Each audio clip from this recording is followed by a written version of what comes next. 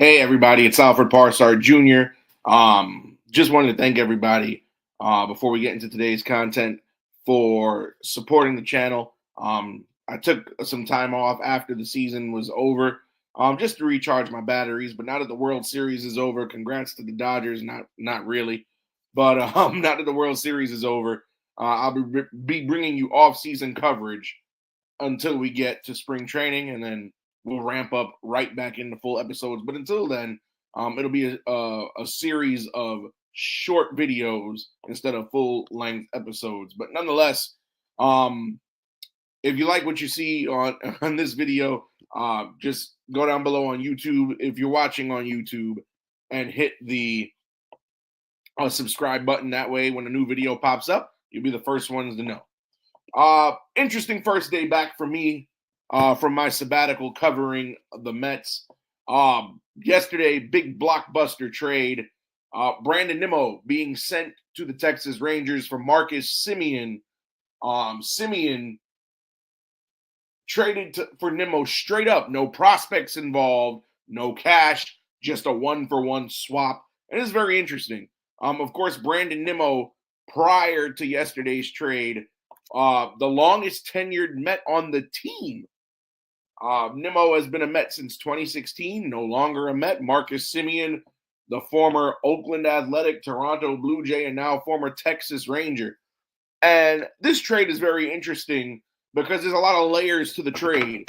The first thing, Brandon Nimmo had a no-trade clause. He was extended in 2022, and part of his extension was a no-trade clause. At the time, they threw the bag at Brandon Nimmo. Brandon Nimmo, again, high energy guy, the only guy that you'll ever see in baseball who will run full speed down to first base when he draws a walk. Nonetheless, Nimmo on the move. Brandon Nimmo, high walks guy, high energy guy. Sometimes he goes into cold stretches. When he's hot, he's hot.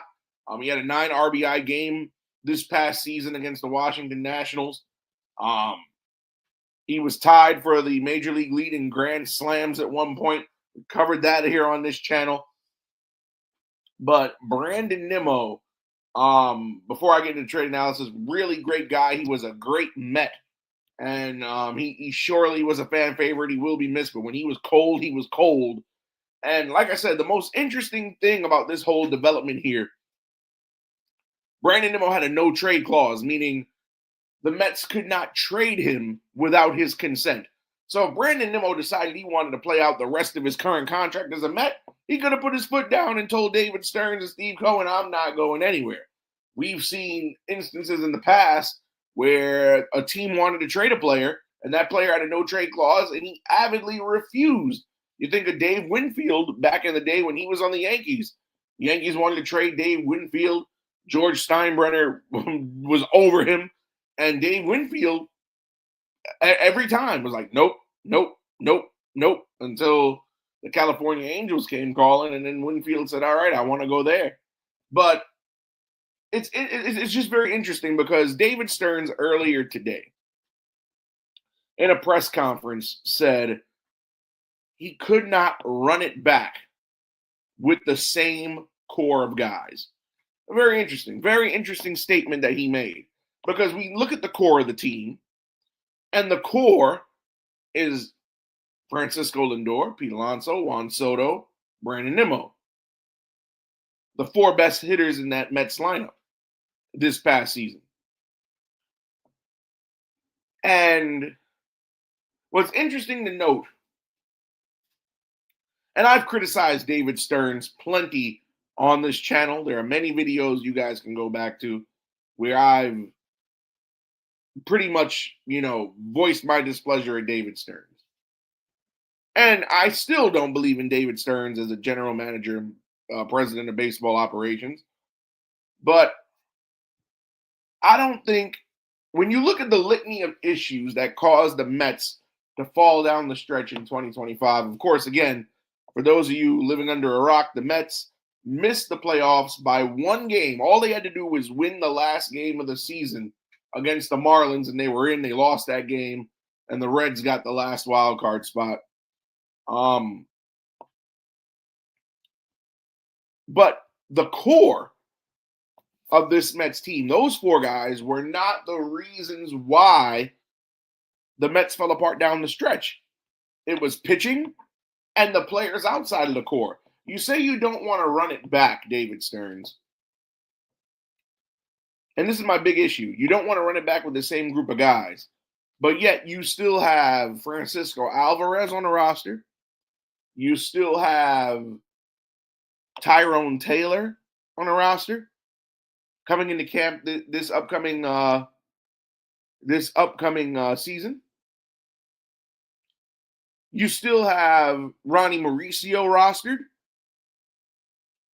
So you say you don't want to run it back with this group of guys. And then who knows if this group is even going to stay intact because Pete Alonso opted out. Rightfully so. Who knows if he's coming back? By the way things look from my point of view, I'm not sure if he's coming back. Brandon Nimmo was very productive last season. In terms of productivity, I would say he's either the third or the fourth, tied for third with Lindor, or the fourth most productive hitter. Actually, you know what? I put Lindor above him because Lindor actually finished 30-30. But there's no way that a man can drive in 92 RBIs. And when you say you don't want to run it back with this group, he's the odd man out. Brandon Nimmo was in the top 30 in the majors last year in runs batted in. Now, me personally, if I get a guy who has 100 runs batted in or close to 100 runs batted in, why would I get rid of him? And then you get rid of him for a guy who's been a shell of himself the last two seasons. But like I said, the most interesting part of the story before we get to the stat breakdown, Brandon Nimmo had a no-trade clause.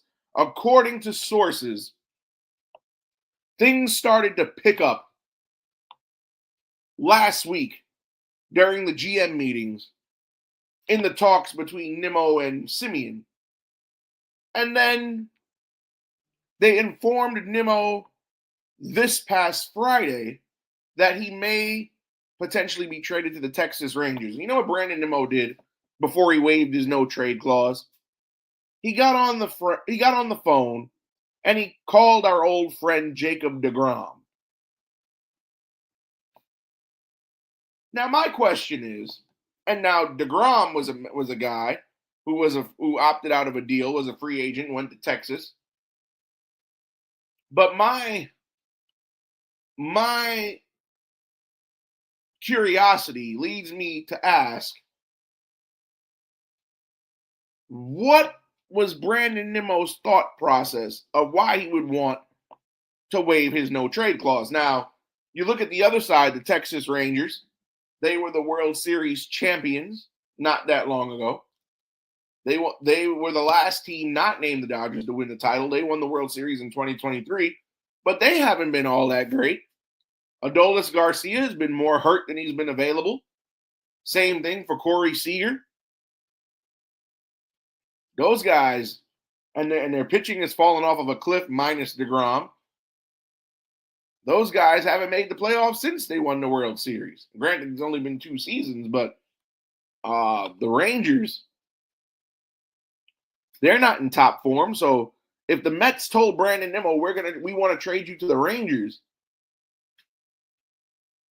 why did I want to know what what went through his mind when he contemplated, should I waive my no trade clause or not? Was it a simple fact of, is the grass may be greener on the other side? Because there's no secret. This past Mets season, 2025, this Mets team fell so short of expectation. A team that should have made the playoffs didn't make the playoffs by 1 game. Shouldn't even have come down to that, because for the majority of the season, they were leading the division until they let the Phillies catch them. Was it a matter of Brandon Nimmo just didn't, like myself and many others, didn't like the vision of the front office with Stearns? Was it a matter of the culture had turned under Stearns and Cohen? Mind you, this is a guy who 3 years ago signed an extension. Big money extension. Was it a matter of fact of Texas is the tax-free state, I can go there, and even though I make the same salary, they take less tax, so I get more of my money? Because I cannot picture it being,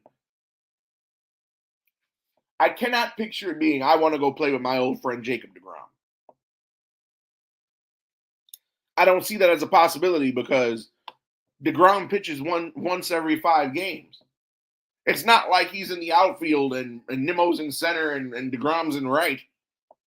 And that's only one teammate. Furthermore, what was said in that conversation? Well, I can understand what's said in the conversation. Well, how's Texas? How's Texas treating you? How's the culture there? How do they feel? How do they treat you as a person? What are the accommodations like? Because every team's accommodations are different. You don't believe me? Just go ask the guys in Sacramento who play for the Athletics. But what was so bad about now? Because again, Nimmo doesn't get traded unless he signs off on it. So I want to know what was so bad for Brandon Nimmo that he said, all right, go ahead and trade me to Texas. Because it's not like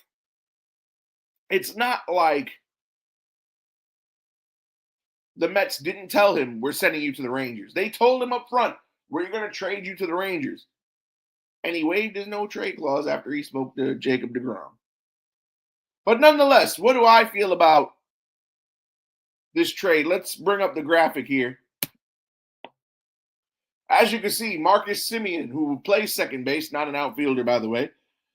These are their 2025 stats from the most recent season. As you can see, the Mets gave up Brandon Nimmo, who hit 262 last year. Nimmo hit 262. Semien hit 230. So you're losing average there. Nimmo, 25 home runs to Semien's 15. So you're losing a bit of power. The most startling statistic here, Nimmo, 92 RBIs. Marcus Semien, 62. So now you're losing 30 RBIs. 30. Stolen bases are just on par, 13 to 11. On base percentage, not that bad, 324 to 305. And the OPS, 760 to 669. So when you look at all things considered about these two guys, now Semien, each of the last 2 seasons, subpar season, he's been hurt a lot. But the trade is actually not that bad when you look at the numbers. There are more ways to drive in runs than home runs. You're only missing 10 home runs differential between the two players. Stolen bases are what they are. One guy had 2 more than the other guy. Granted, the average, I would like to see somebody over 250. But 230 for Marcus Semien compared to Nimmo's 262. I mean, a batting average 32 points higher. The on-base percentage, not that much of a difference. Semien 305, Nimmo 324. And then you've got the OPS, which is 91 points more. That's on base plus slugging. So Nimmo more of a slugger than more of a slugger than Semien is.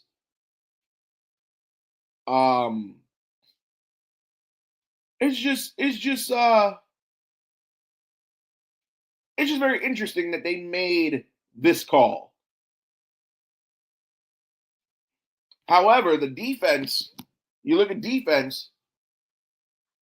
Now, again, these two guys play 2 totally different positions, but Marcus Semien won a gold glove at second base this year for the Rangers. The Mets have one of the greatest defensive shortstops in baseball right now in Francisco Lindor. You have Lindor, and now you pair him with Marcus Semien. So now the infield is going to the infield of the Mets has been upgraded defensively tremendously. Now, if Pete Alonso comes back and he plays first base, there's no secret Pete's defense needs some work. But up the middle, you have no issues. Lindor, Gold Glover at shortstop in the past, Semien, Gold Glover this past season. Those two should be able to do some real magic in that infield. But defensively, I have no issue with the trade. My main concern is just the clubhouse. You took the heart and soul out of the team. Nimmo, of course, a fan favorite. Anytime you get rid of a fan favorite, and there's a couple fan favorites on this roster still left, it just, you never want to lose the fan base. But the trade is not as bad as people have made it seem. We go back to the graphic. My only concern, I'm not even worried about the batting average, to tell you the truth. It's just the RBI. The RBIs, the runs batted in, is my concern. Now, some people say, oh, well, Semien is older. He signed for more years than Nimmo is currently. And I get that. But the Mets had a logjam in the outfield. And now this frees up Jeff McNeil, because we've seen Jeff McNeil in the past play in the outfield. And if Jeff McNeil could ever get back to form where he was the league batting champion, it works out. McNeil could play left. He's never going to play right because Soto is there. Tyrone Taylor, say what you will about his bat, but his defense is solid. He can go to center field. There's still Cedric Mullins in the mix. So you wiped one outfielder off of your roster because your outfield options were so plentiful. And then I expect in camp for Jet Williams and Carson Benj also to compete for the center field spot out of spring training in February. So nonetheless, I have mixed feelings on the trade because I like Brandon Nimmo a lot. Again, high energy guy, hustle guy, heart and soul of the team. It's just, how do you... Oh, and let's not forget, the Mets also have Starling Marte still under contract. He's more of a platoon DH option now than he is outfield, but he did play some games in the outfield this season. But taking the heart and soul out of the clubhouse, I don't know if that's going to have a negative effect on... I don't know if that's going to have a negative effect. And again, it's making me think, like I said before, what was so bad about playing in Flushing? Or, like, there's something that we don't know that Brandon Nimmo knows. Whether it was playing in Flushing, maybe he got tired of New York. I'm guessing it might have been the front office with Cohen and Stern. Because remember, Brandon Nimmo was the lone player on this team who was a holdover from the Wilpon era. Nobody else on this roster played under the Wilpons other than Nimmo. So maybe he didn't like the way Cohen ran the team, although he took that extension in 22. We don't know. Well, actually, McNeil also came toward the end of the Wilpon era, and Alonso did too, but the longest tenured player was Nimmo. And then also, did Jacob deGrom had to do some hardcore convincing to get Nimmo over here? I don't know. But he waived his no-trade clause. He's no longer a Met. Marcus Semien is now here. And Marcus Semien, real quick, we're going to go over this for the folks who don't know. Marcus Semien has been in the league since 2013. Came up with the White Sox, played with the Athletics, the Blue Jays for a season in Texas for the last 4. So a guy in 12 seasons, 3-time All-Star, 2-time Silver Slugger, All MLB first team twice. Won a World Series in 23. So this guy, not a bad resume.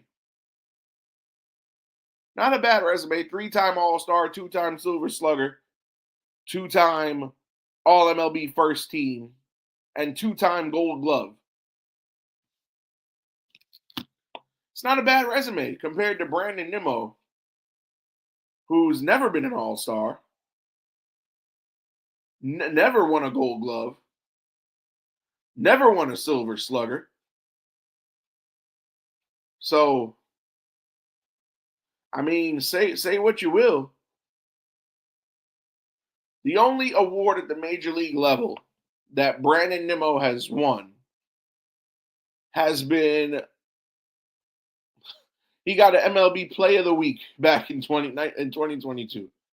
Never an All-Star, no Gold Glove, no Silver Slugger. So Semien is the more accomplished of the two. David Stearns went on to say that although offensively the bat has not been there each of the last 2 seasons, he's confident that Semien can come back and bounce back to form in Flushing. That remains to be seen, but I personally have mixed feelings on the trade. I feel like the trade really wasn't necessary because, again, you say you don't want to run it back with this group of guys, but you trade somebody from the core, and the core was not the problem. The problem was the bullpen. The problem was the starting pitching. I personally feel the Mets did not need infield help. And now you've added an infielder, and you still have a logjam because you still have Ronnie Mauricio and Luis Angel Acuna on this roster. One of the two or both are going to have to go down to Syracuse to start the year because all these infielders, and then you move McNeil. I mean, you really going to keep McNeil out of the lineup? We need another outfielder. So I would have rather McNeil been traded for Semien, although McNeil is more versatile defensively than have Nimmo go. And again, to go and trade your player who has a no-trade clause, that's the most confusing thing because I still want to know what was it about the situation that because players don't just waive no-trade clauses just for the sake of waiving them in any sport. So either he was unhappy with the Mets' direction, unhappy with the way he was treated, unhappy with the culture. I don't think any player would ever say, I want to go and play for the Texas Rangers, trade me there. It just seems so random for a team whose outlook is not much better than the Mets. But like I said, I only have my only knock on this trade because all the other numbers, we'll put the graphic up one more time. Their numbers are pretty similar outside of the runs batted in. And of course, Semien just coming off of a Gold Glove this season. And he scored 100 runs this year. But, I mean, scoring 100 runs is all good and well, but driving in 92 is just as important. But the numbers are very, very similar. I'd rather have Nimmo's batting average, but the on-base percentage is close. Home runs only 10 off, but there are other ways to score runs than home runs or be productive than home runs. And the stolen bases are equal. So let me know what you guys think about the trade. Sound off in the comments. You heard my opinion. The Mets didn't have to make this trade, but I don't think the trade necessarily hurts the Mets roster. It remains to be seen what else happens. I mean, free agency is upon us. The Mets could use some outfield help. Will this move propel them to get a Kyle Schwarber or a Cody Bellinger or somebody of that sort?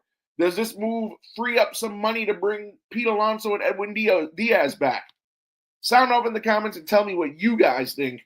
And I'll be back in the next couple of days.